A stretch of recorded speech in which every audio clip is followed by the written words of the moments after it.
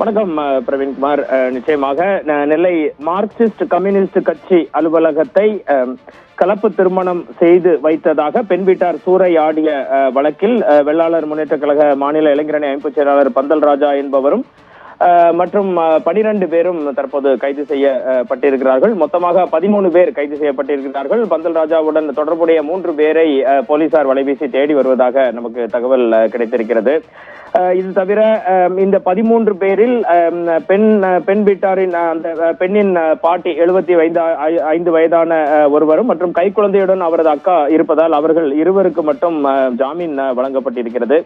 எனவே 11 பேர் தற்போது கைது செய்யப்பட்டு பாளையங்கோட்டை சிறையில் அடைக்கப்பட்டிருக்கிறார்கள்.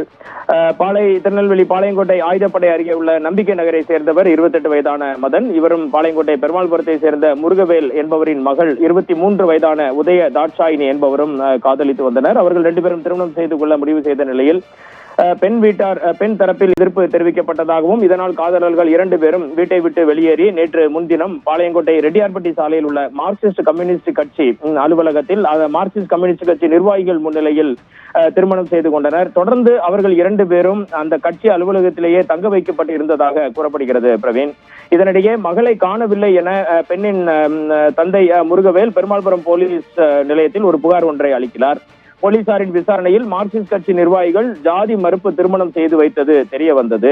இந்த தகவலை அறிந்த பெண் வீட்டாரின் உறவினர்கள் நேற்று மாலையில் மார்க்சிஸ்ட் அலுவலகத்திற்கு சென்றனர். அப்போது சமுதாய அமைப்பு வெள்ளாளர் முன்னேற்ற கழக அமைப்பு செயலாளர் பந்தல் ராஜா என்பவரின் தலைமையில் பெண்ணின் உறவினர்கள் 30க்கும் மேற்பட்டவர்கள் திருநெல்வேலி மார்க்சிஸ்ட் அலுவலகத்தை சூறையாடினர். இது குறித்த விரிவான செய்திகளையும் விஷுவல்களையும் நாம் வெளியிட்டிருந்தோம்.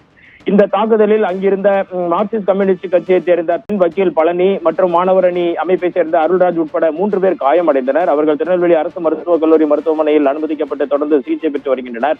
தொடர்ந்து இந்த பெண் உதய தாட்சாயினிக்கு திருமணம் செய்து வைத்ததை கண்டித்து உறவினர்கள் சாலை மறியலிலும் நேற்று இரவு ஈடுபட்டனர். பிரவீன், இந்த சம்பவத்தால் கட்சி அலுவலகத்தில் போலீசார் குவிக்கப்பட்டனர். பின்னர் திருநெல்வேலி மாநகர போலீஸ் துணை ஆணையாளர் ஆதர்ஷ் பச்சேரா உத்தரவின் பேரில் பெருமாள்புரம் போலீஸ் இன்ஸ்பெக்டர் திலை நாகராஜன் விசாரணை தொடர்ந்து நடத்தி பெண்ணின் தந்தை முருகவேல், பெண்ணின் அண்ணன் சரவணகுமார், பின்னர் அவரது உறவினர்கள், தாய்மாமா மற்றும் பல உறவினர்கள் நேற்று கைது செய்யப்பட்டனர்.